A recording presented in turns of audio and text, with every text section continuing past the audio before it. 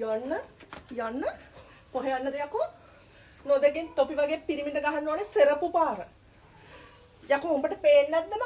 මම මුළු ඇඟේ ඉදම වහගෙන ඉන්නවා කාලා කන්නේ බල්ලෝ උඹට පේන්නේ නැද්ද මම තොට ඉගියක්වත් දුන්නද ඉගියක් දුන්නේ නැහැ නේද එහෙනම් නරකාදී වැඩ කරන්න එපා ගහනොත් උට සෙරප්පුවෙන් බලපන්